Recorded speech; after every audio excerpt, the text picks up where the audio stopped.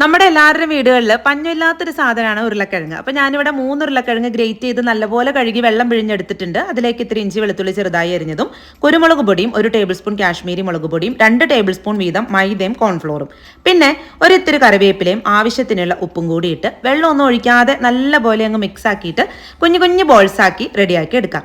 ഇനി ഇത് എണ്ണയിലേക്ക് ഇട്ട് ഫ്രൈ ചെയ്തെടുക്കാൻ പോവാണ്. എണ്ണ നന്നായി ചൂടാവുന്ന സമയത്ത് ഇട്ട് കൊടുത്ത് എന്നിട്ട് ലോ ഫ്ലെയിമിലിട്ട് ഉള്ളൊക്കെ നന്നായി വേവുന്ന രീതിയിൽ ഫ്രൈ ചെയ്തെടുക്കാം. ഇത് ഞാനൊരു റെസ്റ്റോറൻറ്റിൽ പോയപ്പോൾ സ്റ്റാർട്ടറായിട്ട് കഴിച്ചതാണ്. അപ്പോൾ അത്യാവശ്യം കൊള്ളാമെന്ന് തോന്നി.